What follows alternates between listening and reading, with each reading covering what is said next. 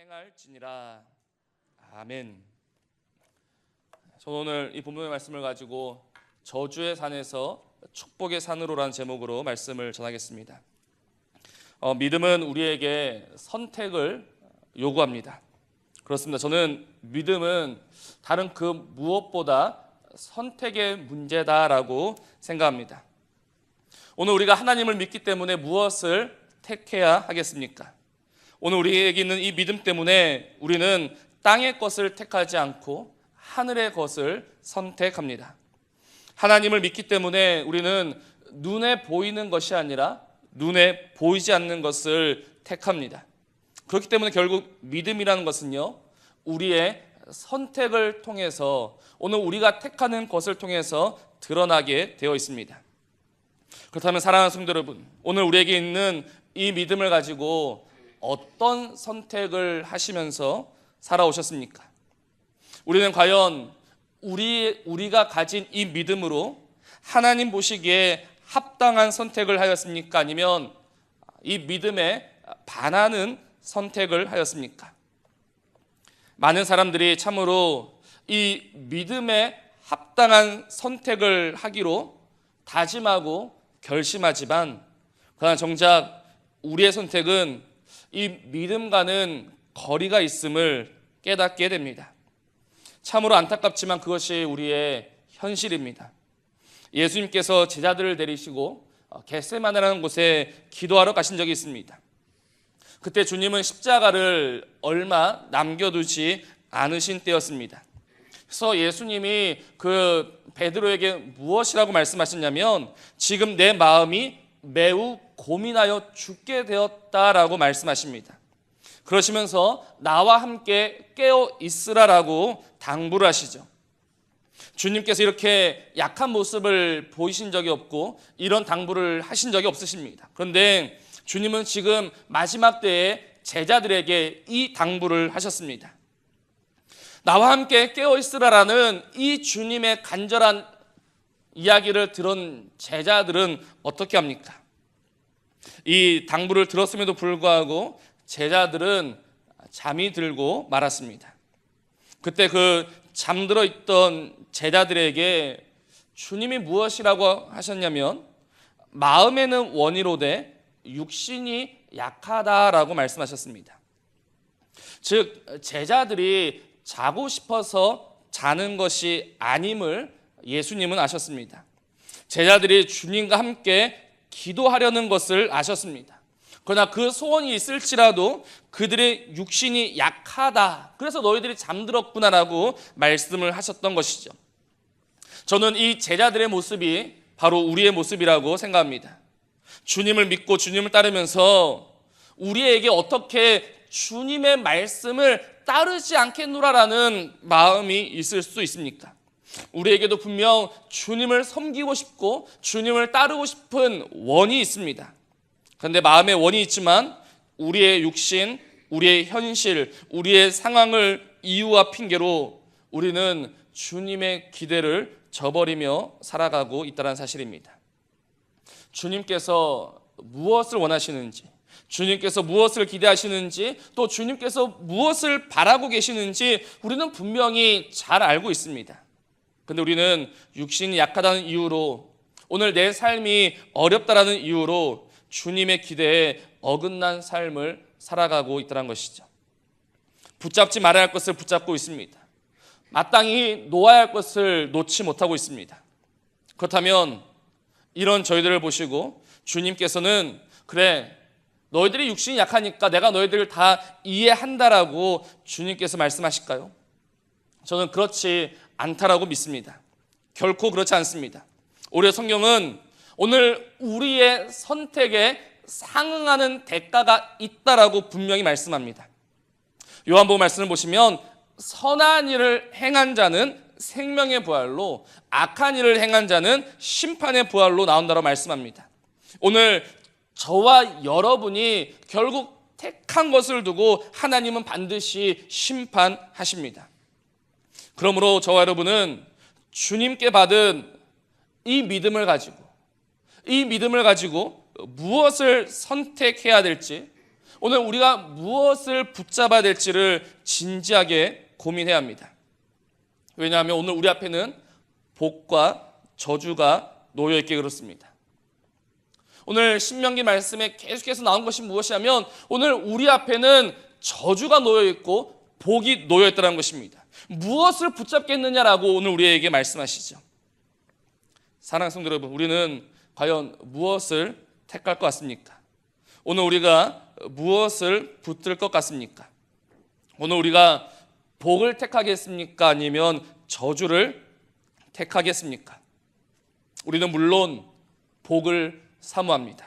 우리는 복을 갈망합니다.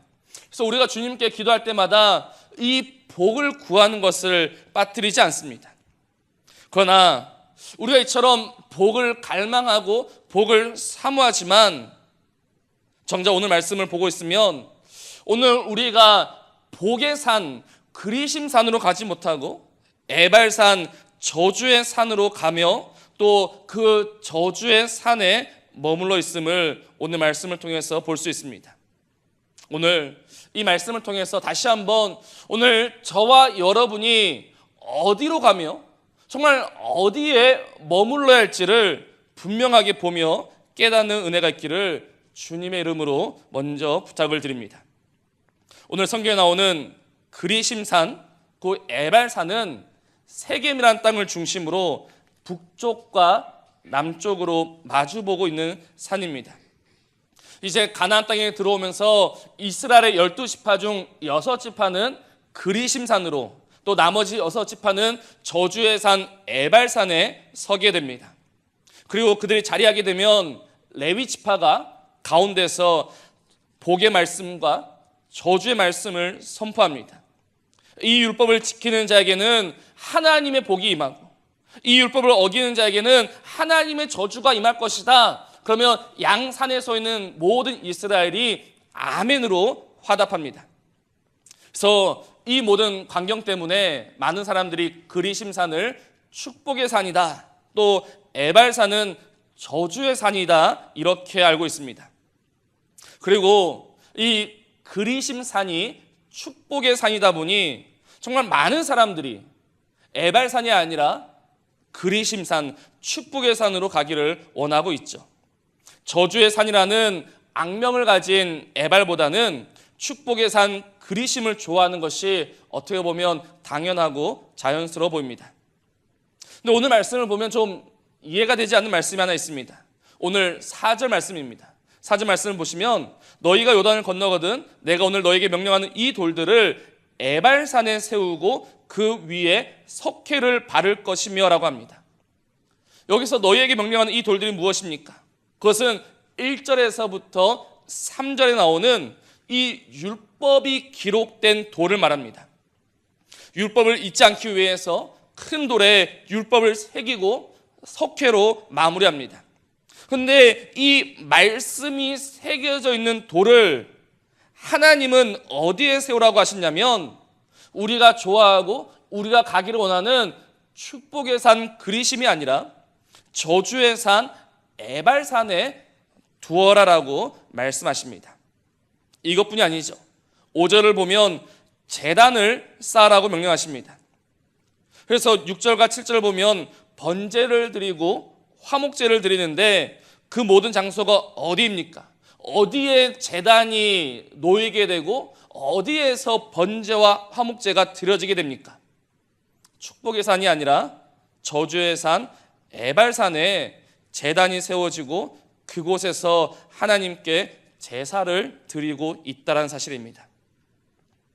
그렇다면 왜 하나님께서는 축복의 산이 아니라 저주의 산인 에발산에 율법의 돌을 세우시고 율법의 돌을 세우고 거기에 번제단을 쌓고 화목제와 번제를 드리라라고 명령하셨겠습니까? 우리는 저 축복의 산을 갈망하는데 우리는 그곳을 가기를 원하는데 왜 하나님께서는 저주의 산 에발산에 말씀과 번제단을 두라고 명령하십니까? 저는 이 말씀을 묵상하면서 이런 결론을 얻었습니다.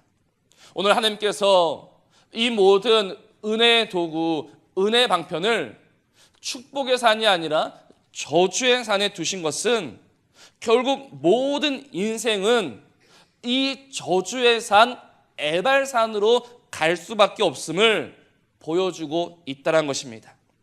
그렇습니다. 많은 인생들이 축복의 산을 사모하며 그리로 가기를 원하지만 결국 인생들이 도착하는 마지막은 어디인가? 바로 축복의 산이 아니라 저주의 산 에발산이라는 것을 오늘 말씀이 보여주고 있는 것입니다. 그렇지 않습니까?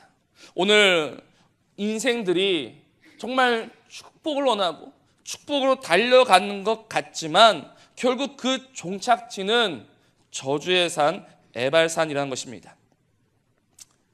사랑하는 성도 여러분, 사람은 항상 복을 원합니다. 그래서 그 복을 택할 것 같지만 그 인생은 결국 저주를 택하고 저주에 매이고 마는 존재가 사람이라는 것을 우리는 알아야 합니다. 어느 누가 여기에서 자유할 수 있겠습니까? 사람들은 분명 내가 잡은 것이 복이야. 오늘 나는 정말 운이 좋아. 나는 정말 잘 잡았어 라고 말하지만 정작 그것을 하나님 앞으로 가져가면 그것이 어느새 저주로 드러난다는 것을 우리는 알아야 됩니다. 쉽게 말해서 이런 것입니다. 우리가 지금 새벽에 열왕기서 말씀을 묵상하고 있습니다. 지금 북이스라엘의 악한 왕 아합을 보고 있는데 아합이 하나님 앞에서 했던 가증한 일이 무엇입니까? 바로 하나님만을 섬겨야지만 그 아합이 바알과 아세라를 섬긴 것, 하나님이 그것을 미워하시고 하나님 그것을 가증히 여기셨습니다. 근데 반대로 이 아합이 바알과 아세라를 섬긴 이유가 무엇이겠습니까? 아합이 바알과 아세라를 섬기면서 이거는 저주야, 이거는 하나님께 진노를 받을 일이야 라고 생각하면서 바알과 아세라를 섬겼겠느냐는 것입니다. 그렇지 않죠. 아합은 바알이 복인 줄 알았습니다. 아합은 아세라가 축복인 줄로 알았습니다. 그래서 바알과 아세라를 섬긴 것입니다.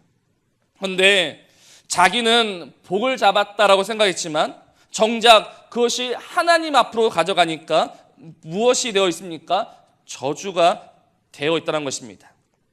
이와 마찬가지로 우리가 살아가면서 많은 선택을 합니다. 사실 저 여러분들이 얼마나 똑똑하고 얼마나 지혜로운 사람들입니까? 누가 저주를 택하겠습니까? 누가 저주를 좋아하겠습니까? 아무도 저주를 붙잡지 않습니다. 우리는 항상 복을 잡았다라고 생각합니다.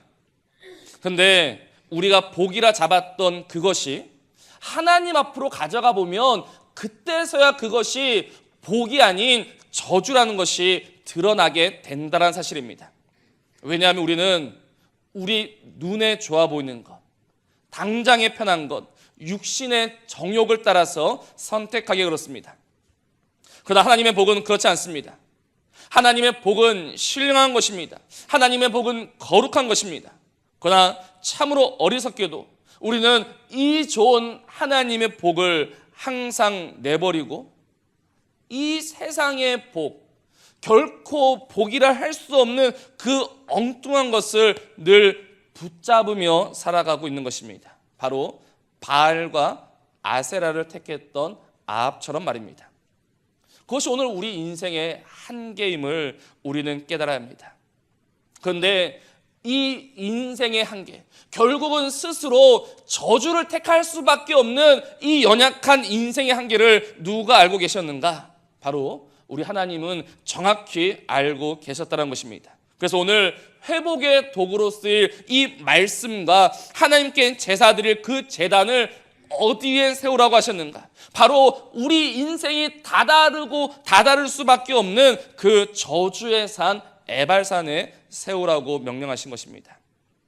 어리석은 인생은 반드시 그 저주의 산에 오고 만드는 것을 하나님은 너무나 잘 알고 계셨던 것입니다. 이를 로마서 3장 말씀이 뒷받침해 줍니다. 모든 사람이 죄를 범하였음에 하나님의 영광에 이르지 못한다라고 말씀합니다. 그 누구도 하나님 영광에 이르지 않습니다. 이를 수가 없습니다. 그들 스스로가 죄를 택합니다. 저주를 택합니다. 그래서 단 한 사람의 외에도 없이 모든 이가 이 저주의 산 에발산에 매어 있다는 것이죠. 우리는 먼저 이 인생이 저주의 산에 이를 수밖에 없음을 겸손히 인정하여야 합니다. 나는 아니야. 나는 얼마든지 그 축복의 산에 갈 수 있어라고 자신하지 마시고, 오늘 이 말씀이 보여주는 대로 우리의 어리석음, 우리의 한계를 아파하고 애통하며 이 말씀을 받으셔야 합니다. 왜냐하면 여기서부터 하나님의 놀라운 일들이 비로소 시작되기에 그렇습니다. 지금 제가 여러 번 말씀드렸다시피 이 저주의 산에 무엇이 있는가? 바로 우리 하나님의 말씀이 있고 우리 하나님께로 나아가는 제단이 있습니다. 한번 생각해 보십시오. 만일 이 에발산이 아니라 그리심에 말씀이 있고 또 번제단이 있다면 누가 이 말씀을 들을 수 있고 누가 하나님께 제사를 드릴 수 있겠습니까? 그 누구도 하나님의 말씀을 들을 수 없고 그 누구도 하나님께 제사 드릴 수 없습니다. 누가 스스로 이 저주의 사슬을 끊고 그 축복의 산으로 올라갈 수 있단 말입니까? 그 누구도 그 그리심산으로 갈 수 없으니 만일 하나님이 이 말씀과 제단을 그리심에 두셨다면 그 말씀과 그 제단은 무용지물이 되고 마는 것입니다. 그러나 하나님은 오늘 모세를 통하여 명하시기를 어디에 이것을 두라고 하셨는가? 바로 우리가 매어 있는 저주의 산 에발산에 말씀과 제단을 준비시키셨습니다. 저는 이 말씀을 보면서 우리를 위해 친히 이 땅에 오신 우리 주님을 생각해 봅니다. 하나님께서 오늘도 땅에 있는 이 인생들을 향하여서 너희들이 올라오거라, 너희들이 가진 것으로 올라와 보거라라고 말씀하시면 누가 감히 그 하나님이 계신 그곳으로 갈 수가 있겠습니까? 인생들은 그 누구도 하나님 곁으로 갈 수가 없는 것이죠. 근데 우리가 갈 수 없음을 아시고 하나님이 어떻게 하셨는가? 하나님께서는 친히 인간의 몸을 입으시고 이 땅으로 내려오셨습니다. 왜 예수님께서 그 하늘 영광, 하늘 보좌를 버리시며 이 낮고 낮은 땅 위에 가장 비천한 모습으로 오셔야만 했는가? 왜 예수님께서는 모든 영광과 존귀를 버리셔야만 했는가? 이유는 하나입니다. 하나님께서 내려오시지 않으셨다면 아무도 그리로 갈 수 없기 때문입니다. 그렇기 때문에 주님은 하늘 영광을 버리시면서 이 땅으로 내려오셨습니다. 오늘 그 사실이 축복의 산과 저주의 산에 잘 숨겨져 있었습니다. 오늘 우리를 살리는 말씀, 우리를 살리는 주의 율법은 축복의 산은 이 말씀과 율법이 축복의 산이 아니라 저주의 산에 있다는 것은 결국 우리 인생이 그 저주의 산으로 갈 것을 아셨고 하나님이 이미 그곳에 회복의 자리를 베풀어 두셨다는 것입니다. 오늘 우리의 어리석음과 우리의 연약함, 우리의 한계에도 불구하고 하나님은 그 저주 아래 우리의 인생이 끝나도록 내버려 두지 않으시고 바로 그 저주의 자리에 회복의 자리를 베풀어 두셨다는 것입니다. 이것이 바로 우리를 향하신 하나님의 사랑이요 하나님의 은혜입니다. 우리는 결국 저주 아래에서 종노릇하며 죄에게 굴복하며 살아가던 존재이지만 하나님이 친히 이 땅에 내려오심으로 인해 우리에게 다시금 생명의 길과 축복의 길을 열어주셨다는 사실을 우리는 반드시 기억해야 합니다. 예수님은 축복의 산 그리심으로 오시어서 의인들만을 부르신 것이 아니라 오히려 친히 사망과 저주의 산으로 오셔서 죄인들을 찾고 죄인들을 불러주셨습니다. 그러니 우리는 오늘 나를 위해 그 저주의 산에 놓여져 있는 이 회복의 자리를 통하여서 다시금 일어나야 하는 것입니다. 오늘 이 저주의 산에 있는 하나님께서 베풀어 두신 이 회복의 방편들, 이 회복의 은혜가 저와 여러분의 은혜가 되기를 주님의 이름으로 소원하고 기도합니다. 그래서 단 한 사람도 빠짐없이 오늘 다시금 주님을 만나며 주님과 함께하며 그 주님의 손을 부여잡고 살아갈 수 있는 저와 여러분의 삶이기를 주님의 이름으로 축복합니다. 그리고 우리가 오늘 또 살펴봐야 될 말씀이 한 구절 더 있습니다. 오늘 5절과 6절을 보시기 바랍니다. 5절과 6절 말씀입니다.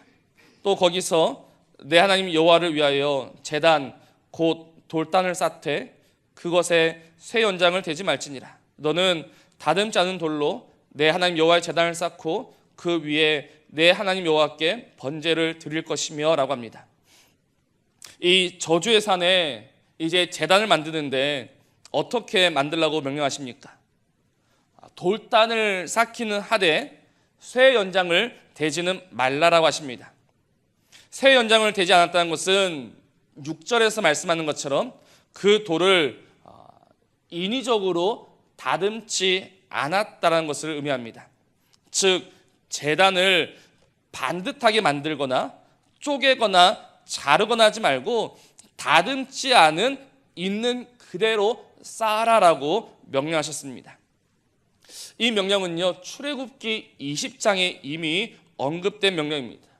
출애굽기 20장 25절 말씀 보시면 내가 내게 돌로 단을 쌓거든 다듬은 돌로 쌓지 말라. 내가 정으로 그것을 쪼면 부정하게 함이니라. 정으로 다듬은 돌은 부정하다라고 말씀하십니다.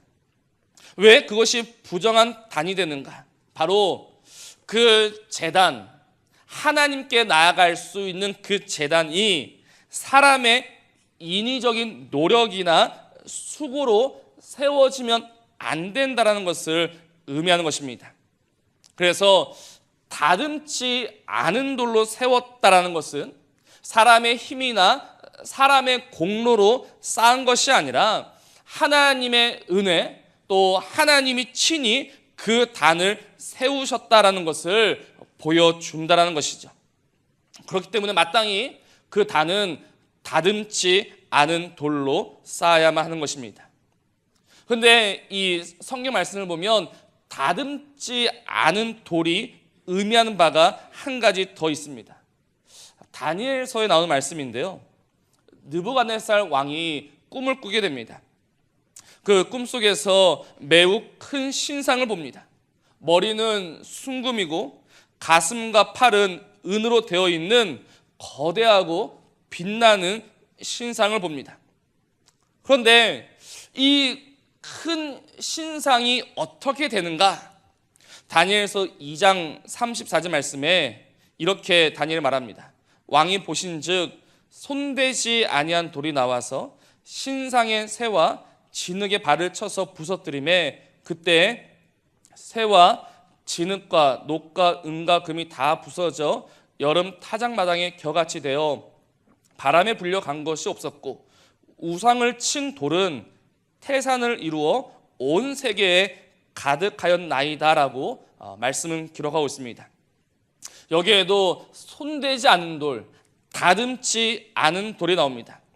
이 다듬지 않은 돌이 온 세계에 가득하게 되고 결국 이것이 사라지지 아니하고 망하지 아니하는 하나님의 나라가 될 것임을 보여줍니다.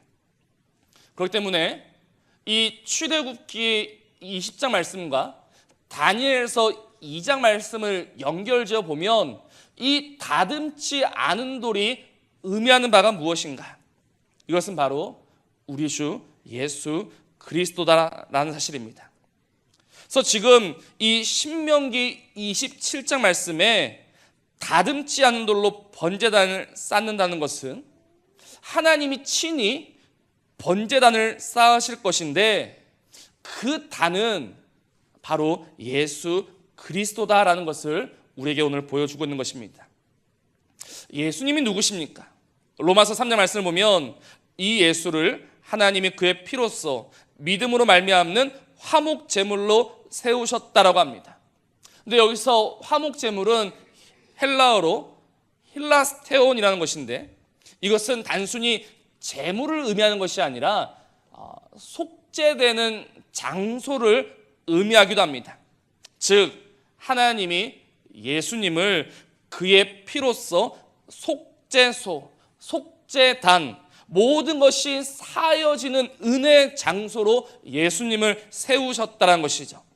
근데 이 속죄소가 모든 죄가 용서받는 곳이 어디에 세워져 있는가? 하나님이 친히 세우신 이 용서의 장소가 어디에 있는가? 바로 저주의 산 에발산에 세워져 있다는 것입니다.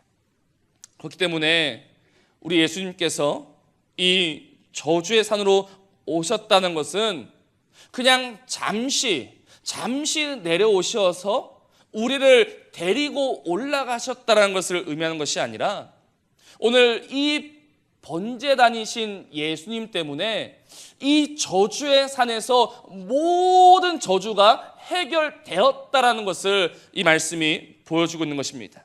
그렇습니다. 지금 이 에발산은 저주의 산입니다. 사망의 산입니다. 그런데 이 사망의 산에 우리 주 예수 그리스도께서 친히 오시어 그 몸의 모든 진노와 모든 저주를 홀로 담당하고 계신다는 것입니다. 우리가 져야 했던 저주입니다. 우리가 마셔야 했던 진노의 잔입니다. 그런데 우리 예수님께서 친히 그 산으로 내려오셔서 우리를 대신하여 십자가에서 하나님의 모든 진노의 잔을 들이키셨다는 것을 우리는 오늘 알아야 합니다. 사랑하는 성도 여러분, 하나님의 저주가 무엇인 줄 아십니까? 하나님의 저주는 우리가 생각한 것처럼 그렇게 가벼운 것이 아닙니다. 이 저주가 얼마나 두려운 것이냐면 주님도 할 수만 있으면 이 잔을 피하고 싶어 하실 정도였습니다. 주님께서 기도하시면서 만일 아버지의 뜻이거든 이 잔을 내게서 옮겨달라고 연거푸 기도하셨습니다. 왜 주님이 이런 기도를 연거푸 하셨겠습니까? 그만큼 우리 하나님 아버지의 진노는 크고 무섭다는 것입니다. 오늘 우리가 이 진노를 받아내는데 주님은 친히 이 저주의 산에 오셔서 오늘 우리를 대신하여 이 모든 저주를 몸소 받으셨다라는 것을 우리는 기억해야 합니다. 이것이 바로 우리를 위해 저주의 산으로 내려오신 예수님의 사랑입니다. 주님이 우리를 구원하시는 것이 결코 쉬웠다라고 생각하면 안 됩니다. 주님이 아무런 대가 없이 우리를 살리셨다라고 생각하시면 그것은 하나님을 모독하는 것입니다. 주님은 우리가 받아야 했던 그 모든 형벌, 진노, 저주 하나 빠짐없이 다 받으셨습니다. 그가 찔림은 우리의 허물 때문이요, 그가 상함은 우리의 죄악 때문이라. 그가 징계를 받음으로 우리는 평안을 누리고 그가 채찍에 맞음으로 우리가 나음을 받았을 뿐이죠. 내가 받아야 했던 징계와 채찍, 찔림과 상함은 오늘 우리의 것이었지만 주님이 대신해서 받으시고 그리고 우리를 어떻게 하셨는가? 이제 살리셨다는 것입니다. 이 모든 회복이 이미 저주의 산 에발산에 준비되어 있었습니다. 하나님은 지금도 이 저주의 산에 끌려가고 있는 미련한 인생들을 위해 바로 그 저주의 자리에 은혜와 회복을 준비시켜 두셨습니다. 그러면 우리가 어떤 결론을 내릴 수 있겠습니까? 하나님께서 그 저주의 자리에 은혜와 회복을 준비해 두셨으니까 우리는 그냥 지금 살아가는 이대로 계속 저주의 산으로 나가면 되겠습니까? 이미 그 저주의 산에 모든 회복이 있으니까 계속 이 저주의 산으로 향하는 발걸음을 우리가 안 멈추어도 되겠느냐는 것입니다. 로마서 6장 1절과 2절 말씀 이렇게 말합니다. 그런즉 우리가 무슨 말을 하리요? 은혜를 더하게 하려고 죄에 거하겠느냐? 그럴 수 없느니라. 죄에 대하여 죽은 우리가 어찌 그 가운데 더 살리요라고 말씀합니다. 우리가 에발산에 은혜와 회복의 자리가 준비되어 있다고 해서 그냥 아무런 생각 없이 지금까지 살던 모습 그대로 에발산으로 가고 있는 것이 과연 믿음의 사람으로서 합당한 모습인가? 은혜를 더하게 하려고 죄 가운데 있는 것이 과연 말이 되는 일인가? 이에 대해 성경은 단호하게 말씀합니다. 그럴 수 없다라고 합니다. 그럴 수 없다. 죄에 대하여 죽은 우리가 어찌 그 가운데 더 살리오라고 우리에게 말씀합니다.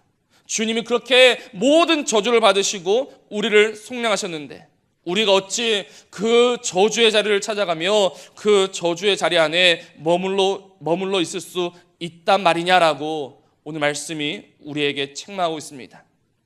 사랑하는 성도 여러분, 오늘 이 주님의 말씀을 들으십시오.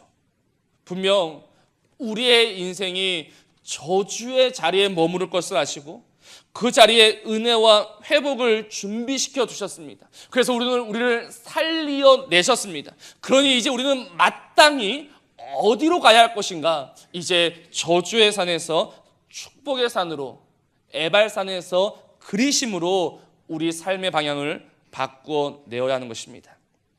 어떻게 해야 이 삶의 방향을 바꿔낼 수 있겠습니까? 오늘 마지막 9절과 10절 말씀이 잘 보여주고 있습니다. 오늘 내가 내 하나님 여호와의 백성이 되었으니 이제 어떻게 하라고 말씀합니까? 그런즉 내 하나님 여호와의 말씀을 청종하여 내가 오늘 내게 명령하는 그 명령과 규례를 행할지니라라고 다시금 우리에게 말씀을 주고 계십니다. 은혜를 받았습니다. 회복을 누렸습니다. 그렇다면 이제는 어떻게 해야 할 것인가? 한 가지입니다. 바로 하나님의 말씀대로 사는 것입니다. 하나님께서 먼저 우리에게 은혜와 회복을 주셨으니 우리는 이 은혜와 회복을 누리면서 이제는 말씀대로만 살아가는 것입니다. 그 말씀이 가라는 곳에 가며 그 말씀이 금하는 것을 버리며 그 말씀이 보여주는 것을 붙잡는 것이 이제 저주의 산에서 축복의 산으로 삶의 방향을 바꾼 사람들이 보여주어야 될 삶의 모습입니다. 오늘 이 은혜와 회복을 받으셨다라면 마땅히 이제 삶의 방향이 틀어지는 역사가 있기를 주님의 이름으로 소원합니다. 더 이상 우리는 저주의 산으로 끌려가는 인생이 되어서는 안 됩니다. 이제 이 저주의 산을 미워하고 이 저주의 산을 아파하며 정말 주님이 우리에게 주고자 하시는 그 축복의 산 그리심으로 향하여 나아가는 저와 여러분의 삶이기를 주님의 이름으로 축복하며 기도합니다. 기도하시겠습니다.